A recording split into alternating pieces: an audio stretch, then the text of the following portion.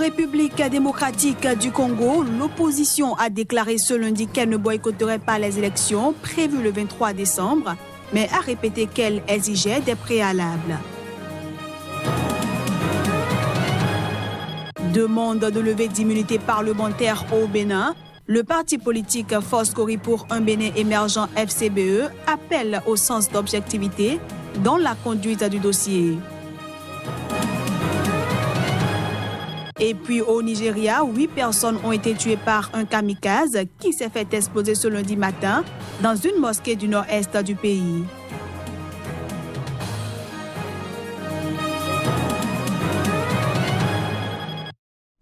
C'est l'heure de vous informer sur Sika TV. Bienvenue à tous. En République démocratique du Congo, le mouvement de libération du Congo LMC a annoncé le retour le 1er août de Jean-Pierre Bemba à Kinshasa. L'ancien vice-président, par ailleurs sénateur, a été investi candidat de son parti à la présidentielle du 23 décembre. Il avait été acquitté par la Cour pénale internationale et remis en liberté provisoire par un juge d'appel en juin dernier. Jean-Pierre Bemba avait été condamné en 2016 à 18 ans de prison pour des actions commises par sa milice en Centrafrique au début des années 2000. Toujours en République démocratique du Congo, l'opposition a déclaré ce lundi qu'elle ne boycotterait pas les élections prévues le 23 décembre prochain. Mais elle a répété qu'elle exigeait des préalables, à commencer par le retrait du président Joseph Kabila. À 2 jours de l'ouverture du dépôt des dossiers de candidature, l'opposition congolaise a déclaré ce lundi qu'elle ne boycotterait pas les élections prévues le 23 décembre. Réunie le temps d'une déclaration commune présentée ce lundi à la presse, elle a exigé des élections libres, démocratiques et transparentes.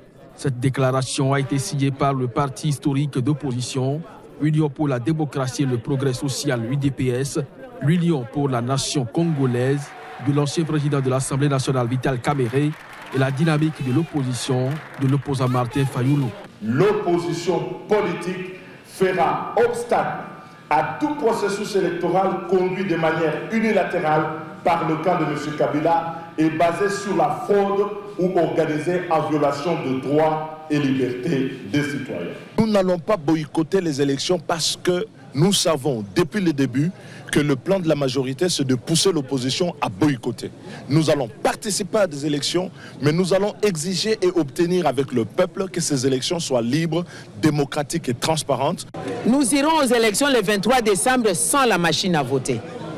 Alors que le dépôt des candidatures à la présidentielle en RDC est prévu du 25 juillet au 8 août, un collectif des laïcs catholiques a prévu 3 marches début août pour demander au président Kabila de déclarer clairement qu'il ne briguera pas un 3e mandat.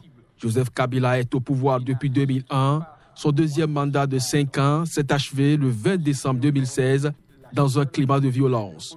La Constitution lui interdit de se représenter.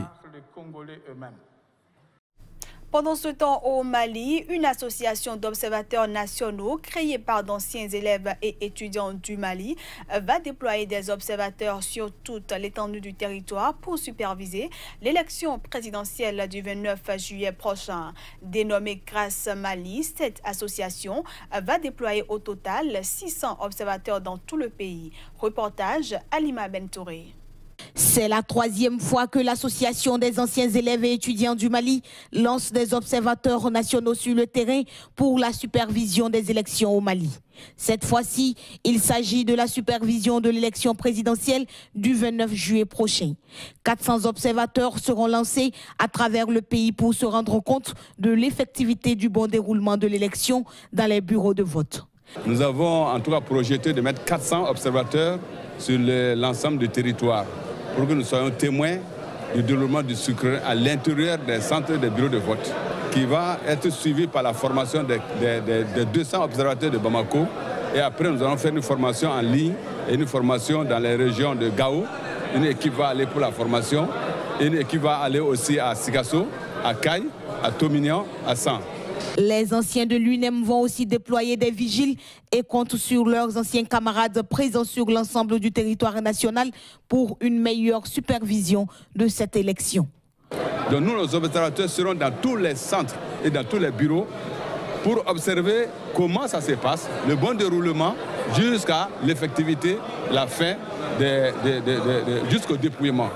Et ils seront prévenus de systèmes d'information rapides, WhatsApp, Zender ou bien autres, pour que dès la salle, dès que les signataires auront fini, ils vont nous filmer et nous envoyer par le système d'envoi rapide. Et nous faisons la compilation dans notre quartier général à Douadabougou. Parce que la génération Cabral existe partout en République du Mali. Alors nous serons là où les autres ne peuvent pas être. Pour une élection apaisée et crédible, les anciens camarades d'Abdoul Karim Camara, tués sous le régime dictatorial de Moussa Traoré, lancent un appel pressant aux journalistes d'être à cheval sur l'éthique et la déontologie du métier. L'AMS UNEM appelle aussi les candidats au strict respect des uns et des autres. Au Bénin, le parti FCBE, entendait Force Corée pour un Bénin émergent, était dit face aux hommes des médias. Au menu de la sortie médiatique tenue au siège de la formation politique de l'opposition, la demande de levée d'immunité des députés Valentin Djanotin et Idrissou Bako. Saluant le rapport de la commission Bian qui disculpe les mises en cause, le bureau politique du parti appelle les parlementaires au sens de responsabilité et d'objectivité. Plus de précision avec le secrétaire administratif du parti, Félicien Djabi Zakari. Le rapport d'audit, dit rapport Mazar, qui aurait pu constituer un document à confronter avec les déclarations de mise en cause, ne figure pas au dossier de la commission spéciale.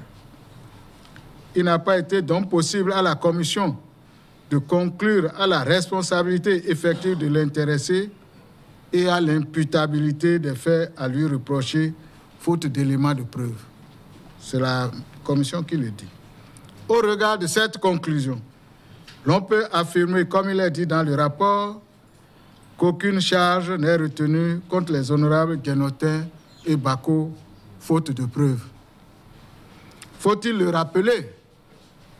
Les demandes de levée d'immunité parlementaire de ces députés sont intervenues au lendemain du rejet de la révision de la Constitution le 4 avril 2017 et de l'organisation à Parakou les 10 et 11 février 2018 du congrès du parti FCBE. Après une relative accalmie, le dossier a refait surface après le rejet le 5 juin 2018 du projet d'amendement de la Constitution. Le parti Cori pour un Bénin émergent se réjouit des conclusions de ces rapports et en appelle au sens de responsabilité et d'objectivité des députés de l'Assemblée nationale pour faire de notre pays, le Bénin, un pays de paix, de démocratie et de justice. Ce journal se poursuit. Au Nigeria, 8 personnes ont été tuées par un kamikaze. Ce dernier s'est fait exploser dans une mosquée du nord-est du pays. L'explosion s'est produite dans le quartier de Menari à Kondouga, dans l'état de Borno. Selon Ibrahim Liman, membre de la milice civile qui assiste, les forces de l'ordre dans leur lutte contre les militants djihadistes de Boko Haram, très actifs dans cette région, l'homme est entré dans la mosquée pendant la prière et s'est fait exploser. Il a tué 8 personnes et en a blessé 5 autres. Ibrahim Liman précise que 7 des victimes sont mortes sur le coup. Une est décédée pendant son transfert à l'hôpital de Maiduguri, la capitale de Borno et berceau historique de Boko Haram. Selon des témoins, le kamikaze était âgé d'une vingtaine d'années.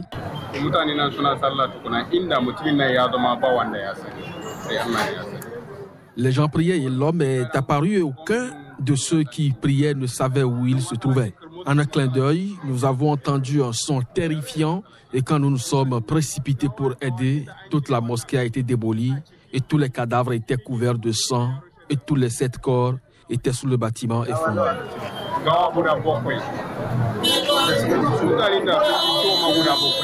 Cette nouvelle attaque survient alors que le gouvernement nigérien encourage les personnes déplacées par l'insurrection islamiste de Boko Haram à rentrer chez elles.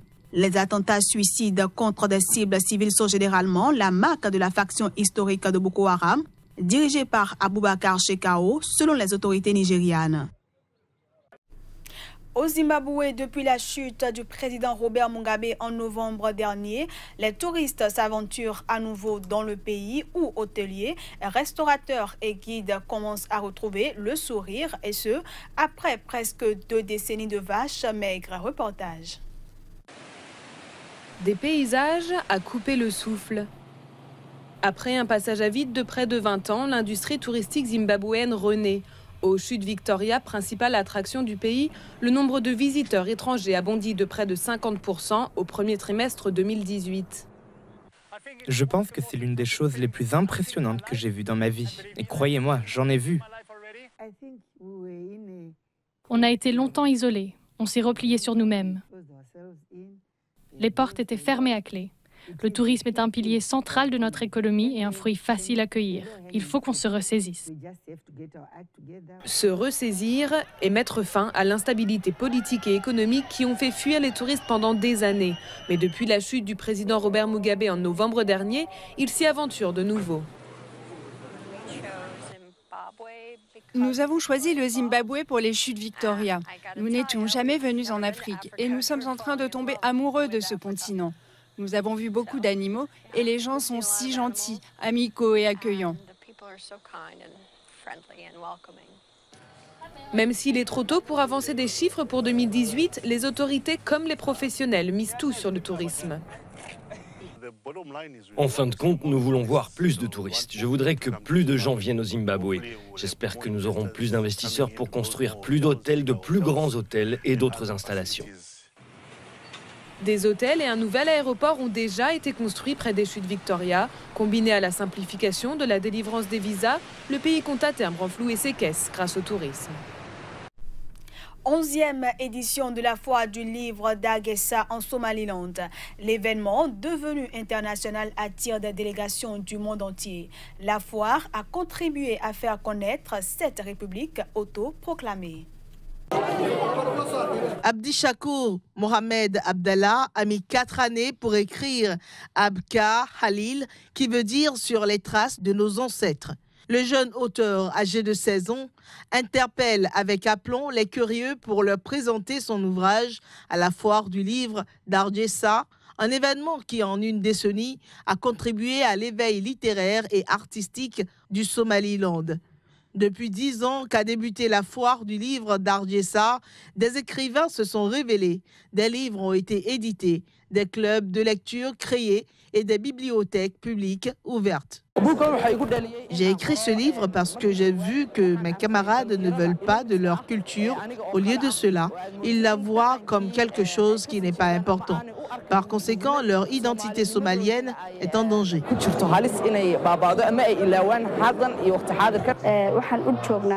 Nous sommes ici pour encourager les jeunes et leur dire la valeur de la lecture, qu'il s'agisse de livres, de poésie ou de choses liées aux arts. Ici, nous sommes dans un endroit que j'ai visité en 91, 92 et que je n'ai pas pu marcher dans les chemins ici parce qu'il y avait des mines qui étaient laissées par les soldats de la Somalie. Pour la première édition en 2008, les organisateurs de la foire n'avaient pu exposer que quelques dizaines de livres empruntés à des amis et rassembler environ 200 visiteurs. Aujourd'hui, c'en est toute une autre réalité. La foire, dont la 11e édition a débuté samedi et s'achève jeudi, est pour beaucoup dans ce succès. Elle est devenue un événement international qui attire des délégations venues des 4 coins du monde. Et c'est la fin de cette édition que je vous remercie d'avoir suivi.